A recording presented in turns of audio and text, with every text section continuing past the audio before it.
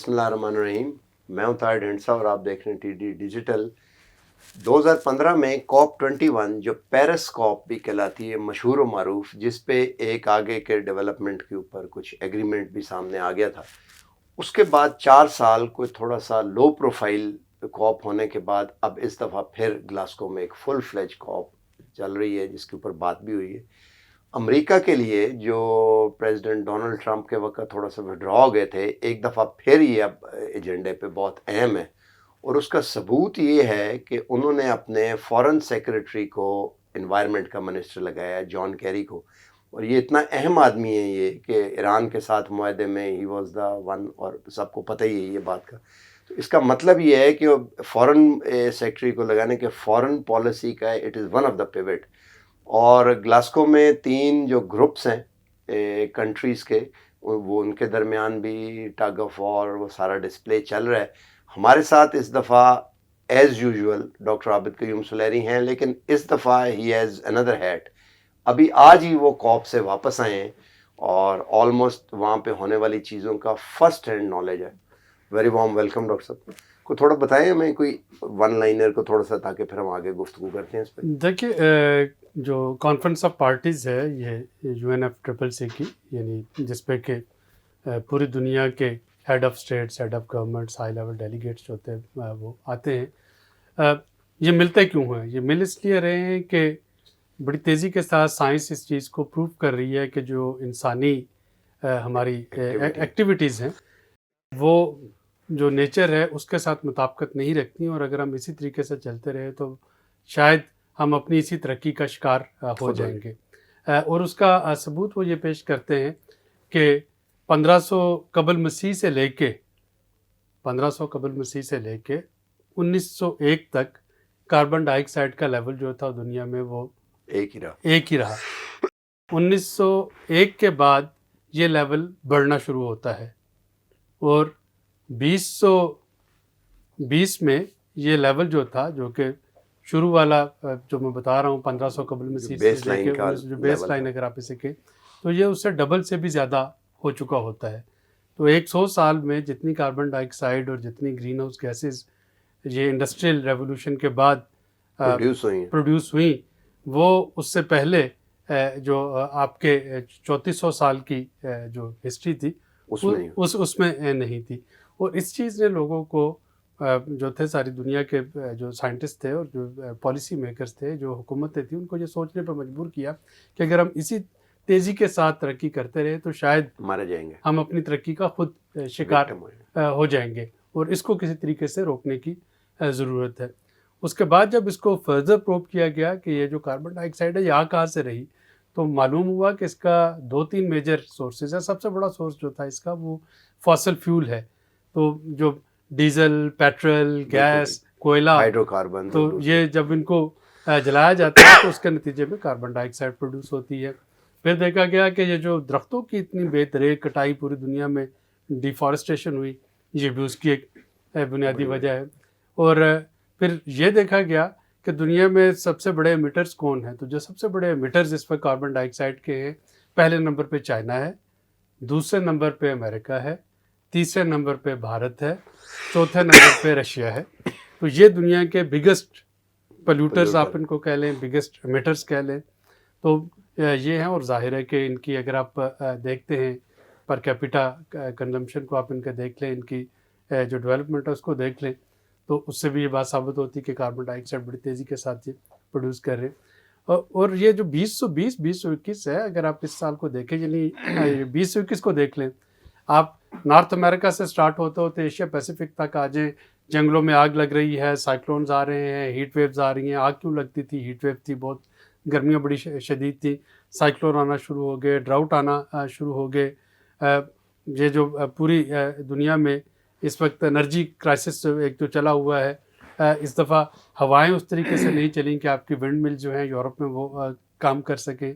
पाकिस्तान को देख लीजिए, एकदम से फ्लैश फ्लडिंग और हवाएं भी रूठ गई। हाँ, तो ये सारे जो पैटर्न थे, ये इस चीज़ की तरफ बार बार इशारा कर रहे हैं कि इस वक्त मिड कोर्स करेक्शन बहुत ज़रूरी है, वरना बहुत देर हो जाएगी। अब पेरिस में जो 2015 में ये एग्री किया गया कि अच्छा जी, 1901 वो जो प्री इंडस्ट्रियल लेवल था, हमें ज़मीन के टेम्परेचर को, दर्जा हरारत को उससे 2 डिग्री सेंटीग्रेड से ऊपर नहीं जाने देना है।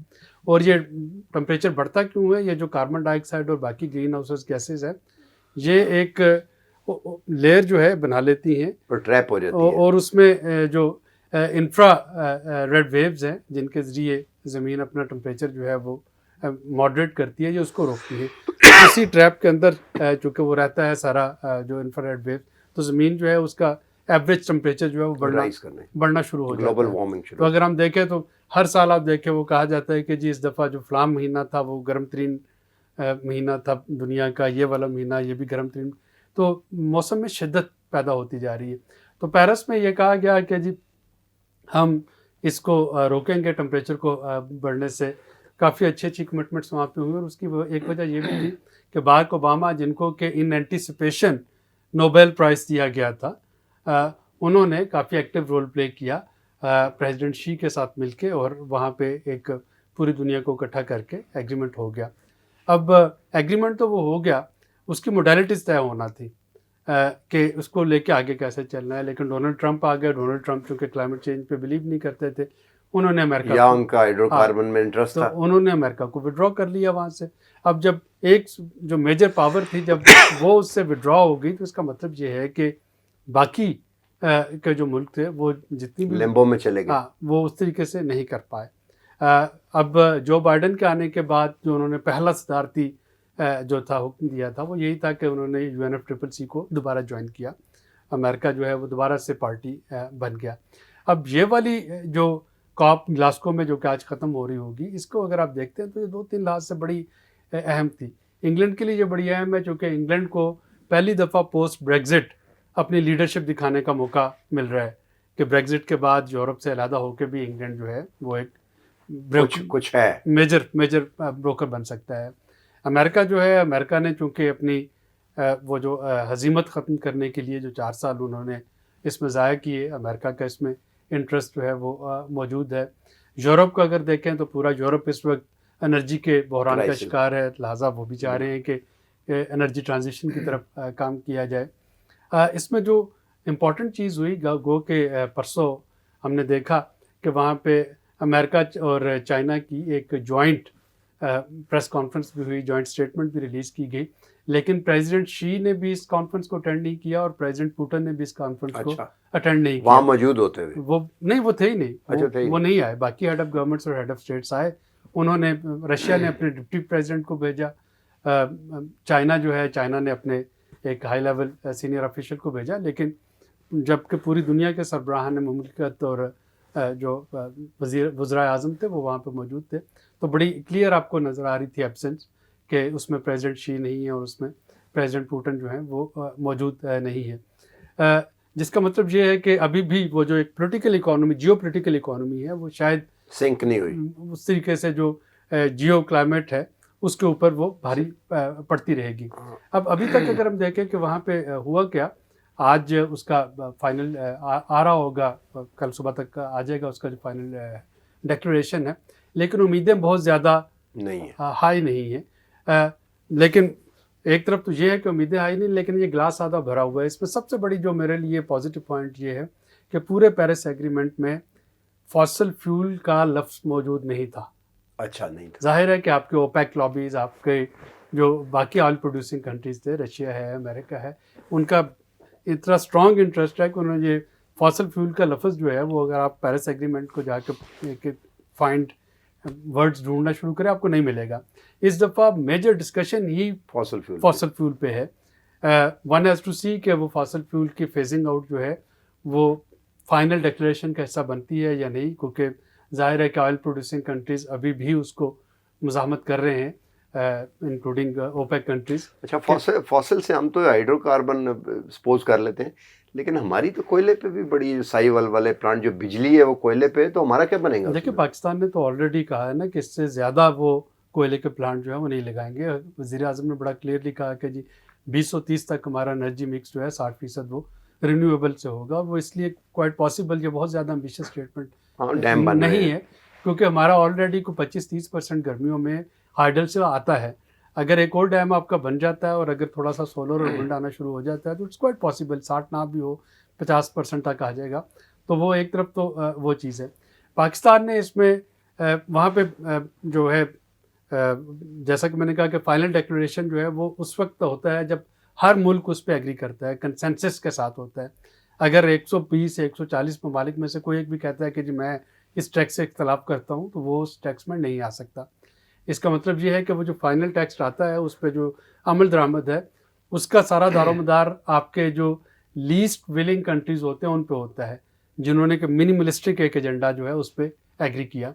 लेकिन ममालिक जो हैं वो अपने ग्रुप्स वहाँ पे अपने ब्लॉक्स वहाँ पे बना लेते हैं।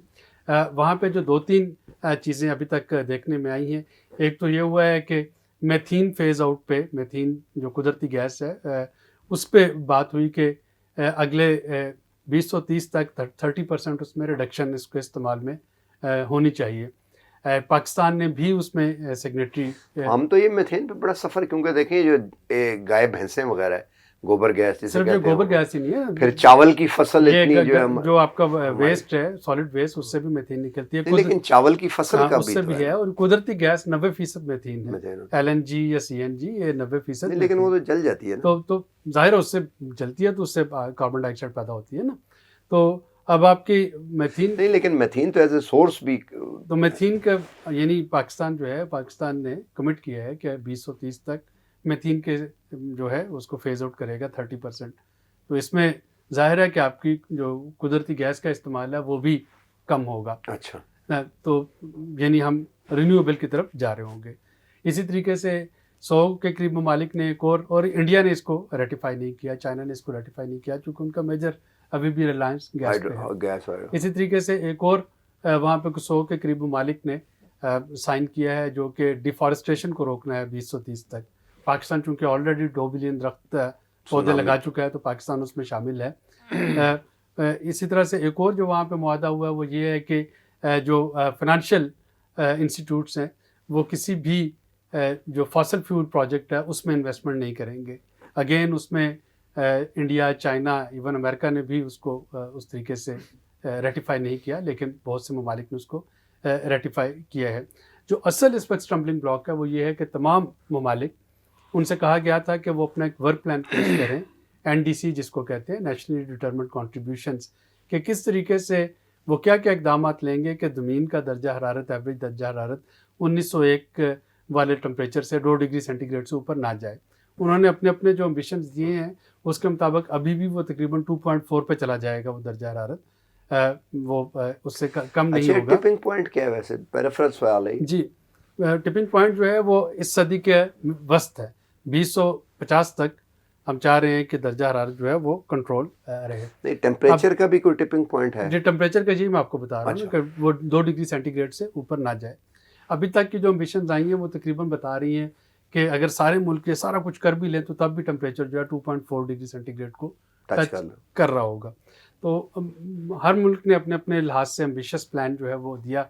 पाकिस्तान ने भी अपना NDC दिया और पाकिस्तान ने कहा है कि इसका 30% तो हम अपने रिसोर्सेज से अमल कर लेंगे, 70% जो है उसके लिए फाइनेंसिंग चाहिए। अब ये हमें कोई लोन नहीं चाहिए या हमें कोई भीख नहीं चाहिए, इन्वेस्टमेंट। ये वो है कि हम चूँकि लीस्ट पोल्यूटर कंट्री हैं, हमारा लेस देन 1% कॉन्ट्रीब्यूशन है। वो जो बिग एमिटर्स हैं वो चूँकि अपने उनको जो गुनाह कर रहे हैं कुदरती वसाइल के साथ और नेचर के साथ, उनको उसकी कुछ ना कुछ कंपनसेशन उन ममालिक को देनी है जो कि अभी तक अपने कुदरती वसाइल को और अपनी नेचर के साथ वो उनको महफूज रखे हुए हैं। तो ये सारा कुछ तो हो गया कि सारे ममालिक ने अपने अपने NDCs दे दिए। अमीर ममालिक ने जो कॉन्ट्रीब्यूशन देना थी अभी तक वो इफ्स एंड बट्स पे ही खड़े हैं। 100 बिलियन वो 101 पेरिस में डिसाइड हुआ था कि 2020 तक एक फ़ंड बनेगा, क्लाइमेट फाइनेंसिंग फ़ंड, जिसमें $100 बिलियन हर साल डाला जाएगा। हम ये सोच रहे थे कि वो ममालिक जो कि कोविड के बाद ट्रिलियंस ऑफ डॉलर के बेल आउट पैकेज दे सकते हैं, उनके लिए तो 100 बिलियन कुछ भी नहीं है, एक पीनट है। लेकिन ये 100 बिलियन वहाँ पे अभी तक वो कमिट नहीं हो पाया, ना उसकी मोडेलिटीज़ जो हैं वो फाइनल हो सकी हैं। पिछले साल उसमें $80 बिलियन का अनाउंस किया गया, लेकिन उस $80 बिलियन को भी रीपैक और रीलेबल किया गया था। वो सारे लोन्स और हर चीज़ जो थी वो अमीर ममालिक ने उसमें डाल दी कि जनाब ये हमने $80 बिलियन कर दिए, जो कि पहले से कमिटेड थी। तो अब यहाँ पे ये सोचा जा रहा था ग्लासगो में कि इस फंड के बारे में एक कंक्रीट कोई चीज़ आ जाएगी, लेकिन अभी तक प्रोमिसेस बहुत बड़े-बड़े हैं, लेकिन उसकी मोडेलिटीज़ क्या हैं, उन पे बात नहीं हुई कि कौन-कौन से इक़दामात हैं जो कि इस फंड से मुस्तफ़ीद हो सकेंगे, उसकी शराइत क्या होंगी, ये जो एनडीसीज़ दिए गए हैं, इसको वेरीफाई कैसे किया जाएगा, इसके ऊपर प्रोग्रेस रिपोर्ट कैसे इवन की जाएगी, इम्प्लीमेंट कैसे किया जाएगा, इसको इम्प्लीमेंट कैसे किया, तो सारी चीज़ें जो थी, ये पेरिस रूल बुक बनना थी, जो कि अब ग्लासगो में भी उस तरीके से नहीं बन सकी। बट हैविंग सेड इट, ये कॉन्फ्रेंस का हो जाना बज़ात खुद एक बहुत बड़ी बात है कि दुनिया जो है वो डिनाई नहीं कर रही। आप अपनी आंखें कबूतर की तरह आंखें बंद करके नहीं बैठ रहे, सारी दुनिया वहाँ पे मौजूद है और वो जानती है कि क्लाइमेट चेंज। अच्छा, एक ये तो है, एक पेरिफेरल सवाल मैं क्विकली, टाइम क्योंकि काफ़ी हो गया, पूछूं, पाकिस्तान में डू यू थिंक ये प्लानिंग कमीशन में ये जो हमारा डेवलपमेंट एजेंडा है उसमें कोई क्लाइमेट चेंज इंड्यूसिव कोई बिजनेस मॉडल देना चाहिए ताकि लोग, या है ऑलरेडी? वो है, देखिए ना, इस पे काम शुरू हो गया है। जो क्लाइमेट चेंज मिनिस्ट्री है, पाकिस्तान दुनिया के चंद ममालिक में शामिल है जिसकी अपनी क्लाइमेट चेंज मिनिस्ट्री है। अगर आप देखें, green bond for example Pakistan ने सेल किए, जो डेट फॉर नेचर स्वैप है, पाकिस्तान उस पर काम कर रहा है। पाकिस्तान ग्रीन स्कूप बॉन्ड्स पे काम कर रहा है, ग्रीन रिकवरी पे काम कर रहा है। तो पाकिस्तान जो है उसके पास बिजनेस मॉडल मौजूद है, लेकिन ये जैसा तो फाइनेंशियल बिजनेस मॉडल है ना, एक्चुअली मैं कोई चीज़ बना के बेचना चाहता हूँ और मुझे लोन करें, इस तरह का भी कोई प्लान है? देखिए, ये सारी चीज़ें जो है ये लिंक करती हैं आपकी फाइनेंसिंग के साथ।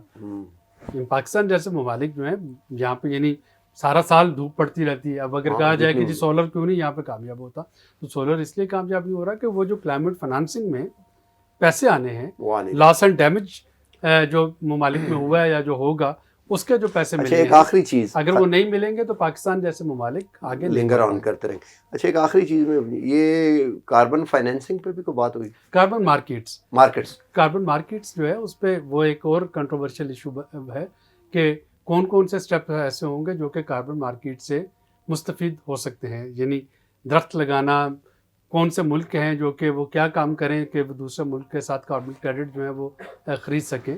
तो अगेन ये सारी चीज़ें जो थी ये इन प्रिंसिपल तय हो गई थी पेरिस में, इसकी मोडेलिटीज़ तय होनी थी। मैं पाकिस्तानी नाज़रीन को इसकी मिसाल ऐसी देता हूँ कि पार्लियामेंट में एक लॉ पास हो जाता है, फिर एक लेजिस्लेशन हो जाती है, फिर उसके रूल्स बनते हैं कि वो इम्प्लीमेंट कैसे होगा। तो पेरिस में वो कानून तो बन गया, अब उसके रूल्स बनने हैं, लेकिन वो रूल जो हैं वो अभी तक नहीं बने। उसमें से कुछ पे प्रोग्रेस हो गई है, कुछ जो हैं उन पे अभी भी बात होगी। टाइम बहुत थोड़ा है। टाइम इसलिए थोड़ा है कि अगर हम चाहते हैं कि हमारे आने वाली नस्लें जो हैं उनके लिए कुराए अर्ज़ एक लिवेबल प्लैनेट रहे, तो हमें आज उस पर काम करना होगा।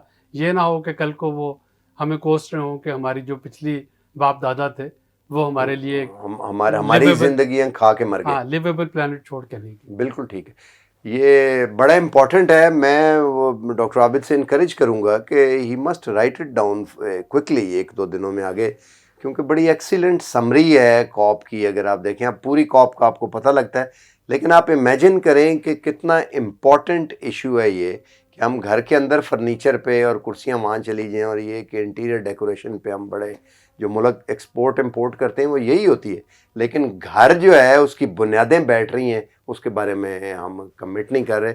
12 प्रोग्राम देखिएगा, आइंदा इस पर हम मज़ीद अगले 1-2 दिनों में रिज़ल्ट आते हैं तो एक प्रोग्राम इसके ऊपर फिर दोबारा रिपीट करेंगे, ताकि ये तो एक किस्म का बताया गया समरी के वहाँ के, हम कुछ एनालिसिस और कुछ सिंथेसिस भी आपके सामने पेश करें। आज तक के लिए इतना ही, मिलते हैं अगले प्रोग्राम में। एक दफ़ा फिर रिक्वेस्ट करूँगा कि चैनल को लाइक और सब्सक्राइब कर दें और प्लीज़ अपने कमेंट्स भी दें। अल्लाह हाफ़िज़।